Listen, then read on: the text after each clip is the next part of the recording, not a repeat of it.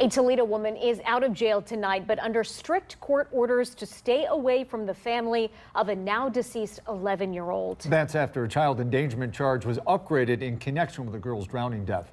Kristen Gerrie faced a judge in Oregon Municipal Court this morning.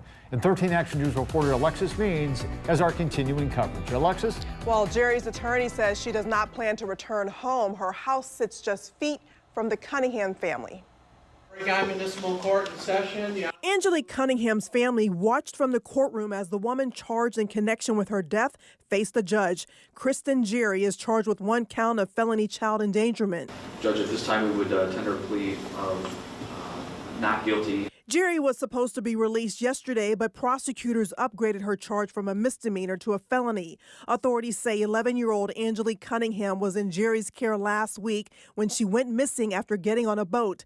At some point, the girl and Jonathan Seha went overboard. Their bodies were found in Lake Erie. The coroner ruled both deaths as accidental drowning. On Monday, Gerrie's family put up money to get her out of jail.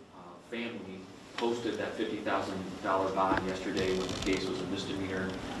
Provided this is, I understand the degree of the offense is now a felony, we'd ask that bond transfer.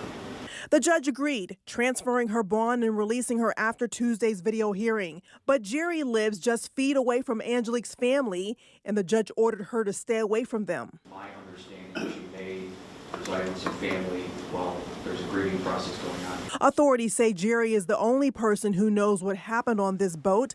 They say she swam back to shore, called her friend for a ride, and never called 911 or Angelique's mother. You're not having contact with them, you understand that?